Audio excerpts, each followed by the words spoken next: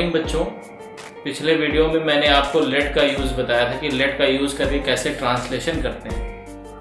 आज उसी में थोड़ा सा आगे बढ़ते हैं। आज मैं आपको यूज़ बताने जा रहा हूँ कैन और कुड का।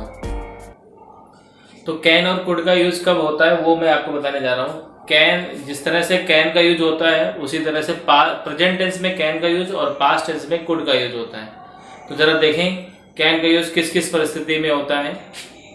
कैन का यूज होता है जब वाक्य का सब्जेक्ट अपनी क्षमता, योग्यता, अधिकार, निषेधाज्ञा, स्वीकृति आदि का प्रदर्शन करता है तो प्रेजेंट टेंस में कैन का प्रयोग और पास्ट टेंस में कुड का प्रयोग करते हैं। एक बार दोबारा समझ लें।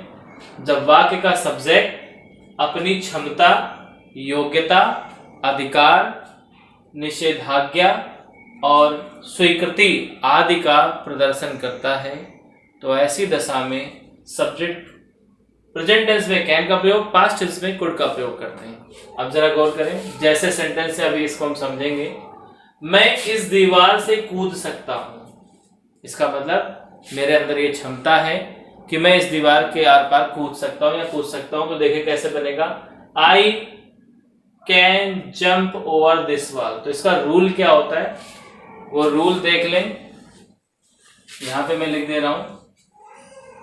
जो ये रूल होता है, रूल ऐसे बनता है, पहले सब्जेक्ट लिखा जाता है, फिर कैन या फिर could plus main verb first form plus object plus etc. इस रूल का यूज करके हम लोग ट्रांसलेशन करते हैं। तो देखिए मैं इस दीवार से कूद सकता हूं तो इसका बनेगा आई आपका सब्जेक्ट हो गया, फिर इसके साथ कैन लगेगा क्योंकि प्रेजेंट टेंस है। आई कैन मेन वर्ब की फर्स्ट फॉर्म, तो कूदना जंप मीन्स होता है।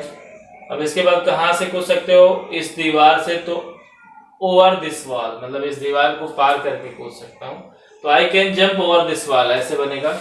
इसी में दूसरा सेंटेंस देखते हैं, केवल तुम ही मेरी घड़ी सही कर सकते हो। मतलब तुम्हारे अंदर ये योग्यता है, जिस योग्यता का यूज करके आप मेरी घड़ी को सही कर सकते हैं। तो इस सेंटेंस में योग्यता के बारे में केवल तुम ही की होगी, ओनली यू। ओनली यू आपका सब्जेक्ट हो गया। कैन रूल के अकॉर्डिंग। अब मेन वर्ब की फर्स्ट फॉर्म, तो सही करना मतलब रिपेयर होता है।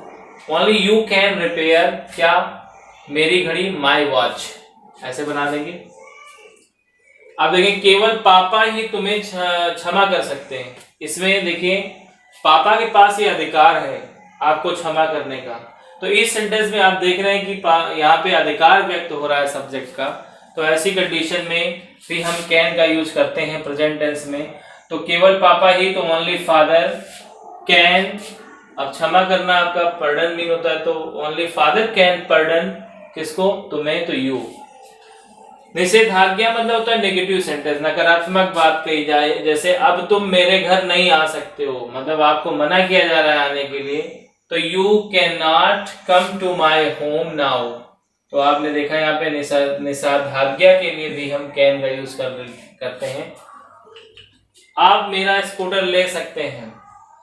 अब यहाँ पे स्वीकृति है, स्वीकृति मतलब हम परमिशन दे रहे हैं किसी को। तो you can take my scooter. अब इसमें मैं बताना चाहूंगा कि इन वाक्यों के अंत में सकता है, सकती है, सकते हैं प्रेजेंट टेंस में आता है। सकता था, सकती थी, सकते थे पास्ट टेंस में आता है। तो कैन का यूज प्रेजेंट टेंस में करते हैं और कुड का यूज पास्ट टेंस में करते हैं। ये ध्यान रखना, इन वाक्यों में ये वर्ड जरूर आएंगे, सकता है, सकती है, सकते हैं, सकता था, सकती थी, सकते थे। इसी के आधार पर इनका ट्रांसलेशन करेंगे। और ट्रांसलेशन का रूल याद रखें, सब्जेक्ट प्लस कैन या कुड प्लस मेन वर्ब की first form plus object plus etc. Negative है तो कैन के बाद नॉट लगा देना। इंट्रोगेटिव यस या नो टाइप है तो कैन को शुरू में लगा लेना। और अगर डब्ल्यूएस टाइप का है तो पहले डब्ल्यूएस वर्ड, फिर कैन, फिर सब्जेक्ट, फिर मेन वर्ब की फर्स्ट फॉर्म, फिर ऑब्जेक्ट, फिर ईटीसी। अब इसमें अगर बच्चों कोई समस्या आती है आपको समझने में, आपके पास अगर बुक्स वगैरह हो तो प्रैक्टिस एक्सरसाइज इसकी कर लेना। इससे क्या है कि आपका बिल्कुल क्लियर हो जाएगा। फिर भी कोई समस्या आती है तो कमेंट जरूर करें।